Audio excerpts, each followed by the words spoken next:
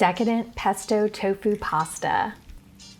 In your food processor, combine fresh basil, olive oil, cashews or pine nuts, lemon juice, fresh garlic, nooch, and salt and pepper. Process that till you have a mostly smooth mixture, then set it aside and press that tofu. Transfer the tofu to a large bowl, then use your hands to break it up into small, rustic, bite-sized pieces. Add about half a cup of the pesto back to the bowl and then toss it with the tofu to coat it really well. Arrange the seasoned tofu on a lined baking sheet and spread it out into a single layer.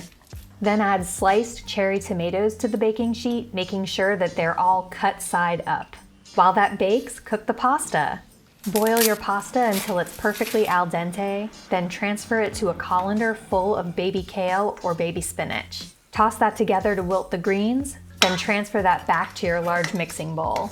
Add the remaining pesto and toss it together. Then when your tofu and tomatoes are done baking, add those to the bowl, tossing them in as well. Serve this hearty, flavorful pesto tofu pasta, topped with vegan Parmesan and minced basil. I hope that this video answered all of your questions about how to make this pesto tofu pasta. If you have any questions I didn't address, feel free to drop a comment. I'm always happy to help.